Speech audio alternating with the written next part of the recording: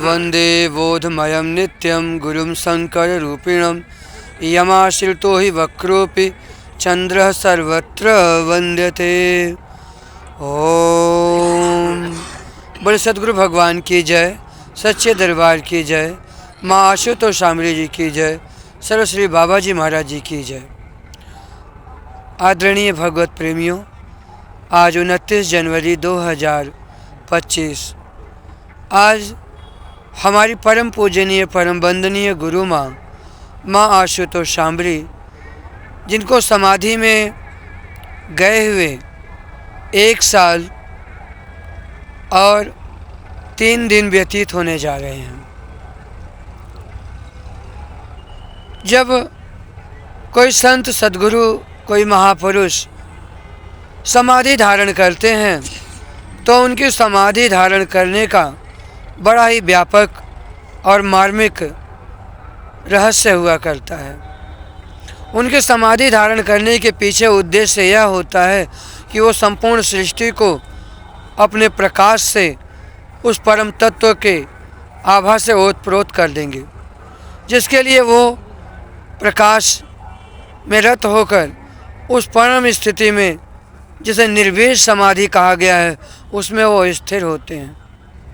और ऐसे समय में वो अपने शिष्यों और शिष्याओं को ध्यान, साधना, अध्यात्म, योग, भक्ति, संन्यास की तरफ उन्मुख करते हैं।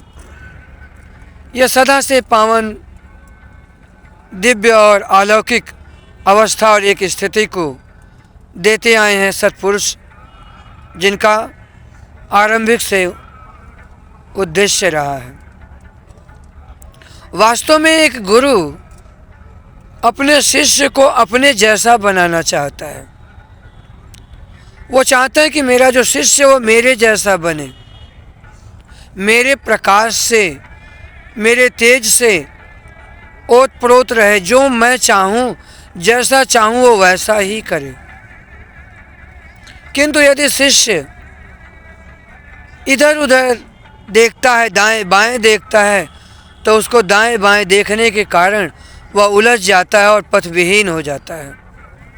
और इस पथविहीन हुआ शिष्य पश्चाताप, शोक, दुख और संताप के अतिरिक्त और कुछ भी नहीं प्राप्त कर सकता, क्योंकि वह आए हुए स्वर्णिम अवसर को अपने हाथ से गंवा देता है। शिष्य का पहला और अंतिम नैतिक कर्तव्य यही है कि वह अपने गुरुदेव के अक्षरशः वचनों को मान ले। शास्त्र कहते हैं, गुरु का कहा मान सब लीजय, हानि होए तो होने दीजय।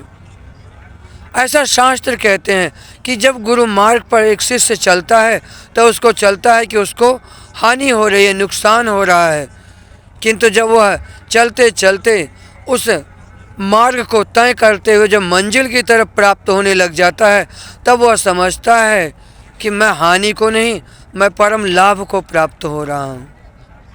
वास्तव में मंजिलें जो हैं, जो दूरियां हैं, वह गुरु के प्रति एक अश्रद्धा और विश्वास को जन्म इसलिए दे देती हैं क्योंकि शिष्य के जो डग होते हैं वो अश्रद्धा और अविश्वास के द्वारा ही आरंभ होते हैं। उस शिष्य को अपने लिए सदैव विश्वास की नींव तैयार करनी चाहिए और अपने गुरु के चरणों में हर पल प्रार्थना करना चाहिए। एक जो सच्चा शिष्य होता है वो अपने गुरु की अभिव्यक्ति हुआ करता है। उस शिष्य को उसके गुरु के अतिरिक्त और कुछ भी नहीं भाता। और ऐसे शिष्य को गुरु भी बहुत स्नेह करते हैं, बहुत प्रेम करते हैं, क्योंकि वो गुरु अपने समग्र प्रकाश को अपने उस शिष्य में उतार देना चाहते हैं। किंतु यदि वह अभागा शिष्य अपने गुरुदेव के इस अद्भुत अलौकिक निर्माण को नहीं समझ पाता, तो कहते हैं कि जन्म जन्मांतर तक फिर उसे पश्चाताप के अतिरिक्त और कुछ भी हासिल नहीं होता है। आप ब्रह्मज्ञानी हैं, आत्मज्ञानी हैं, श्रोत्रिय ब्रह्मनिष्ठ गुरु के शिष्य हैं। आपका नैतिक कर्तव्य है और आपका अंतिम कर्तव्य भी यही है कि आप अपने गुरु की पहचान बने। आपके का गुरु जो ज्ञान दिया वह ज्ञान संपूर्ण है। उस ज्ञान की कसौटी पर स्वयं को उतारिए, स्वयं को कसिए। जब आप स्वयं को उस ज्ञान की कसौटी पर कसेंगे, स्वयं को उस ज्ञान के पथ पर चलाते हुए जब उतारेंगे, तो स्वयं ही अपने आप में आप दैवत्व को, ईश्वरीय प्रकाश को आप प्राप्त होंगे। यदि आप नहीं कर पा रहे हैं तो अनुनय कीजिए, विनय कीजिए अपने गुरुदेव से। गुरु करा सकते हैं। वह चाहता है कि आप इधर उधर देखने के बजाय आप उसकी तरफ देखिए, आप उसके द्वार को खटखटाइए, आप उसकी पहचान और अपने हृदय में अथाह और श्रद्धा को जन्म दीजिए। तब जाकर के आप अपने मंजिल को तय कर पाएंगे।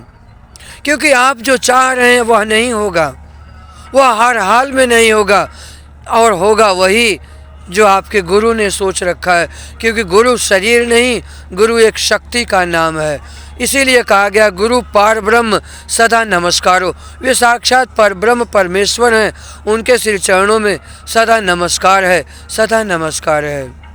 आप अपने गुरुदेव की पहचान अगर बनना चाहते हैं तो आपको अपने गुरुदेव हर पल याद रहने चाहिए। आपके गुरु के वचन आपको याद रहने चाहिए, आपके गुरु के संकल्प आपको याद रहने चाहिए। आपका गुरु क्या चाहता है यह आपको याद रहना चाहिए। जैसे स्वप्न आप देखते हैं उससे कहीं अधिक स्वप्न आपके गुरुदेव ने आपको देखा होगा, आपके लिए देखा होगा। आप याद करें उन पलों को जब आप अपने गुरु के सानिध्य में बैठकर उन पलों को व्यतीत किए हैं। तब आपके गुरु ने आपके मस्तिष्क पर हाथ रखकर आपको स्नेह से, आपको प्रेम से आपका नाम लेकर बुलाया, आपको स्नेह दिया, प्रेम दिया, आपको एक छोटे बालक की तरह अपने गोद में बिठाकर आपको वह स्नेह दिया जो एक माता पिता दिया करते हैं। याद करो उन पलों को, याद करें उन दिव्य अलौकिक क्षणों को, जिस क्षणों